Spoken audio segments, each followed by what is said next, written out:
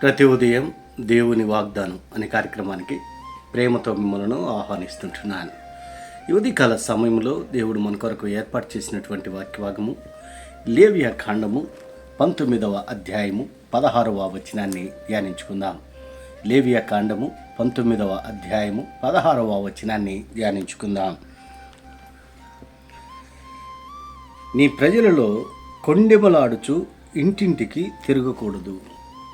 క్రీస్తునందు ప్రియమైన దేవుని బిడ్డలారా, ఈ ఉదయకాల సమయంలో పరిశుద్ధాత్మ దేవుడు మనకిస్తున్నటువంటి వాగ్దానము, నీ ప్రజలలో కొండెములాడుచు ఇంటింటికి తిరగకూడదు. ఈ యొక్క వాగ్దానాన్ని దేవుడు మనకును మన కుటుంబాలకును ఆశీర్వాదకరముగాను దీవెనకరముగాను మార్చునుగాక. మరి ఈ యొక్క మాటల్లోనే ఆత్మీయ అర్థాలను ఆత్మీయ సత్యాలను మనం గ్రహించినట్లయితే, ప్రభువైన దేవాది దేవుడు ఇశ్రాయేల్ యొక్క ప్రజలను ఉద్దేశించి వారికి ఒక హెచ్చరికను ఇక్కడ ఇస్తూ ఉంటున్నాడు. మీరు పరిశుద్ధులై ఉండవాలని మీ దేవుడైన యెహోవానగు నేను పరిశుద్ధుడినై ఉన్నాను. మీలో ప్రతి వాడు తన తల్లికి తన తండ్రికి భయపడవలెను. అనేక విషయాలను ఇశ్రాయేల్ యొక్క ప్రజలకు దేవుడు మరి ఇక్కడ ఇస్తూ ఉంటున్నాడు. వాటిలో ఈ 11వ వచనంలో మనం గమనించినట్లయితే, మరి నేను మీ దేవుడినైన యెహోవాను, మీరు దొంగిలకూడదు, బొంకకూడదు, ఒకరితో ఒకడు అబద్ధం ఆడకూడదు.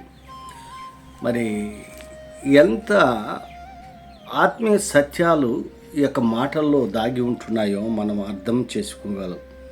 మరి మనం చదువుకున్నటువంటి మాటల్లో కూడా వాక్య భాగంలో కూడా నీ ప్రజలలో కొండెములాడుచు ఇంటింటికి తిరగకూడదు ఒక ఆజ్ఞ ఇస్తుంటున్నాడు దేవుడు అనేక ఆజ్ఞలను ఇశ్రాయేల్ యొక్క ప్రజలకు ఇస్తూ ఉంటున్నాడు. వాటిల్లో ఇదొక ఆజ్ఞగా మనం చూస్తూ ఉంటున్నాం. మరి నీ ప్రజలు కొండెములాడుచు అనగా ఇక్కడ మాటలు అక్కడ చెప్తూ, అక్కడ మాటలు ఇక్కడ చెప్తూ, అంటే ఒకరికి మరి శత్రుత్వాన్ని పెంచే రీతిగా ఈ కొండెము జగడాలను రేపెట్టేటువంటి కొండెము మాటలు అది తిరగకూడదు, చెప్పకూడదు అని ఆజ్ఞిస్తుంటున్నారు. కానీ నేటి దినాల్లో మనం గమనించినట్లయితే ఈ యొక్క ఆజ్ఞను పాటించేవారు లేరు. కానీ ఈ ఆజ్ఞను మరి మితిమీరి అతిక్రమించి జీవిస్తూ ఉంటున్నారు. దేవుని నమ్మినటువంటి బిడ్డలే, దేవుని ఎరిగినటువంటి బిడ్డలే ఈ రోజుల్లో ఈ యొక్క ఆజ్ఞను మరి తిరస్కరించి బ్రతుకుతూ ఉంటున్నాం. క్రీస్తునందు ప్రియమైన దేవుని బిడ్డలారా, దేవుడు మనకిస్తున్నటువంటి స్పష్టమైనటువంటి ఆజ్ఞ, మీరు ప్రజల్లో మరి కొండెములాడుచు ఇంటింటికి తిరగకూడదు. నీకు ఇచ్చిన పని ఏంటి? దేవుడు నీకు ఇచ్చినటువంటి ఆ పనిని కొనసాగిస్తూ ముందుకు సాగాలనేదే మరి దేవుని యొక్క ఉద్దేశంగా ఉంటున్నది. అంత మాత్రమే కదా 18వ వచనంలో, కీడుకు ప్రతి కీడు చేయకూడదు, నీ ప్రజల మీద మరి కోపముండు కొనక నిన్ను వలె నీ పొరుగువారిని ప్రేమింపవలను.